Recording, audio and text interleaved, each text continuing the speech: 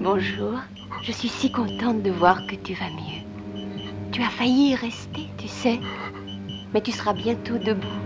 Ne t'agite pas comme ça, voyons. J'ai quelque chose pour toi. Ça ira beaucoup mieux après cette piqûre.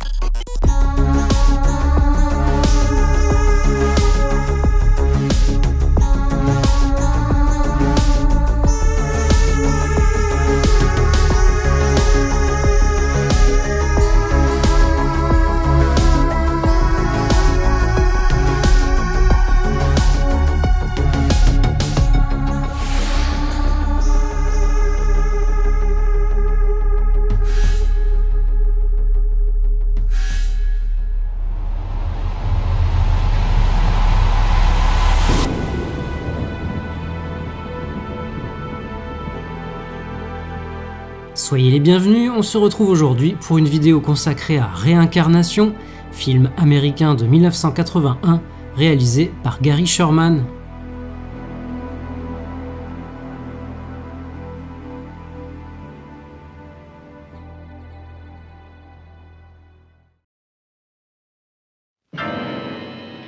From the creators of Alien, terror brought down to Earth. Fear so intense, it will stay with you to the grave and beyond. Welcome to Potter's Bluff.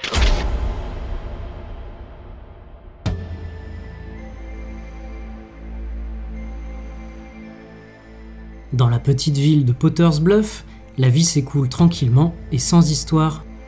Mais le shérif est surpris de tomber sur des cadavres dont la mort violente ne semble pas accidentelle, et ce malgré les apparences. En menant son enquête, il va découvrir l'horrible secret qui se camoufle derrière la façade très accueillante de la petite bourgade.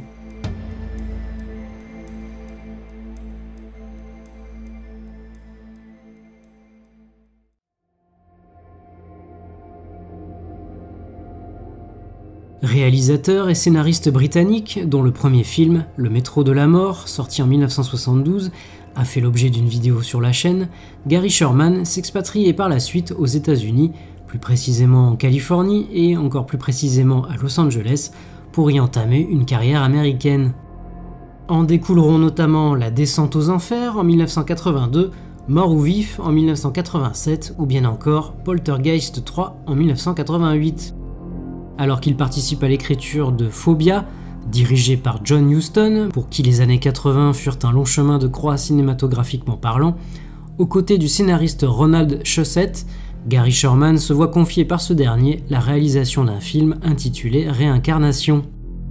Étant également producteur, Shusett préfère en effet croire en ce projet plutôt que de miser sur le film de Huston, la piètre qualité de ce dernier à l'arrivée révélant un choix pour le moins judicieux. Au départ, Réincarnation est une histoire proposée par Jeff Millar et Alex Stern, sur laquelle va se pencher Ronald Shusett, alors en quête de nouveaux longs métrages à monter, se lançant dans une première phase de réécriture.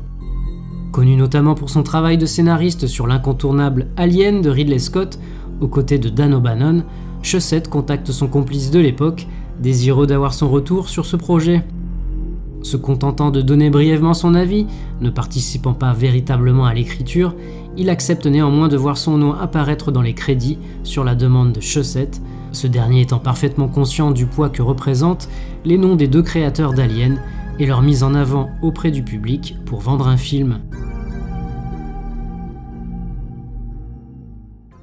Vous êtes ignoble, Dobbs, ignoble, et vous me donnez la nausée. La nausée? Vous m'apportez un macabé qui pue, le poulet grillé.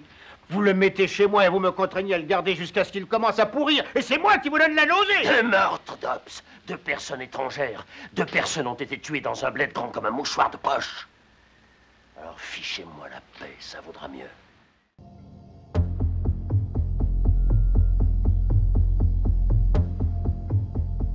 Quand bien même le film s'assure de la présence du duo Shusett-O'Bannon sur l'affiche, Cela n'empêche aucunement sa production d'être tout sauf un long fleuve tranquille. Par 2 fois, la société de production va être rachetée pendant puis après le tournage, les nouveaux acquéreurs et distributeurs décidant alors de s'impliquer plus que de raison dans le projet, allant jusqu'à demander que le produit final soit plus explicite graphiquement parlant. Imaginé comme un thriller horrifique teinté d'humour noir, Réincarnation devra réorienter son approche, le choix étant laissé à Sherman de tourner de nouvelles scènes plus gore ou de bien vouloir laisser sa place à un autre réalisateur plus docile. Bon gré mal gré, Sherman obtempère pour un résultat finalement loin d'être catastrophique. Après les souterrains poisseux du métro londonien, Sherman nous transporte donc vers une petite ville côtière des États-Unis. Une bourgade en apparence paisible du nom de Potter's Bluff, mais qui va pourtant connaître une série de morts pour le moins inhabituelles. Par leur fréquence, d'une part, et par leur caractère particulièrement violent. Ce qui va rapidement mettre le cerveau du shérif local à rude épreuve, bien incapable de rassembler les pièces du puzzle et nourrissant de plus en plus de soupçons envers son épouse. Alors que ses convictions les plus rationnelles s'écroulent au fur et à mesure de l'avancée de ses investigations, l'horrible vérité va le conduire au bord de la folie. Ce qui va permettre au long métrage de Sherman de se distinguer du tout venant de l'époque, c'est, on le voit, le parti pris d'aborder son histoire et ses éléments fantastiques via une enquête policière classique. C'est également le choix qui est fait d'envisager les scènes horrifiques de manière plus adulte, tendant vers une certaine cruauté. C'est enfin l'envie de briser certaines règles et d'aborder sous un nouvel angle la figure du mort-vivant.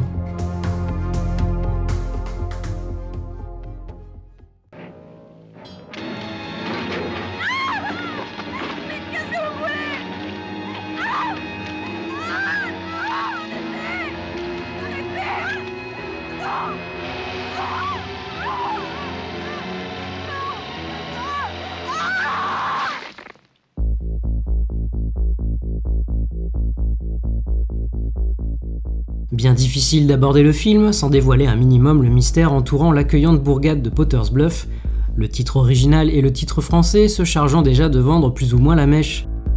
Je vous laisserai cependant découvrir l'ultime rebondissement venant clôturer le film, un twist très M. Night Shyamalanesque avant l'heure.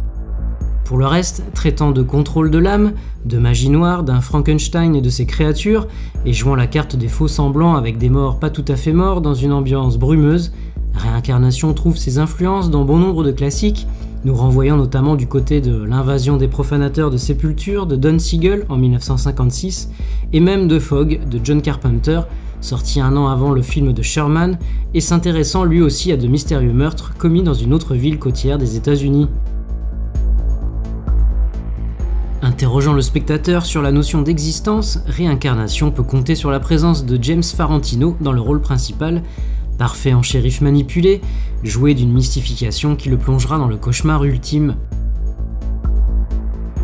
Mais c'est bien Jack Albertson, dans son avant-dernier rôle, qui vole la vedette, irrésistible en entrepreneur de pompes funèbres, amateur d'orchestre de jazz, mais surtout caustique, perfectionniste et un brin sadique. A noter la présence au casting d'un certain Robert Englund, dont le nom ne vous est certainement pas inconnu. Outre ces rebondissements, le film vaut également pour ses scènes de meurtre particulièrement violents, aux effets spéciaux réussis et quasi intégralement réalisés par le débutant et futur grand Stan Winston. L'intensité de ces séquences dénote évidemment par rapport au reste du film, plus thriller atmosphérique, ce qui pourra en déranger certains. En ce qui me concerne, ma principale réserve portera sur les implications de l'ultime coup de théâtre. Saisissant sur le moment, mais qui suscite quelques interrogations si on commence à bien y réfléchir. Difficile déjà d'imaginer que personne n'ait été témoin de ce qui se tramait véritablement dans la ville, mais surtout, pourquoi avoir joué au chat et à la souris avec le shérif et avoir pris le risque de mettre au jour l'inimaginable ?